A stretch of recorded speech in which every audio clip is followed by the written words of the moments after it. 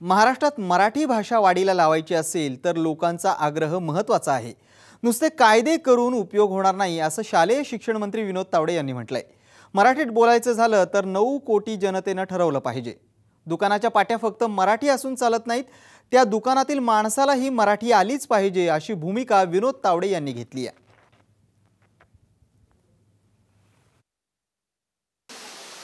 जर सर्व मराठी भाषिकांनी आग्रह धरला तर कुठलाही व्यावसायिक मराठी भाषेचा वापर आपल्या कर्मचाऱ्यांना करून घेईल। या गोष्टी कायद्याने होत नसतात, या गोष्टी लोकांच्या आग्रहाखातर लोक दबावाने होत असतात।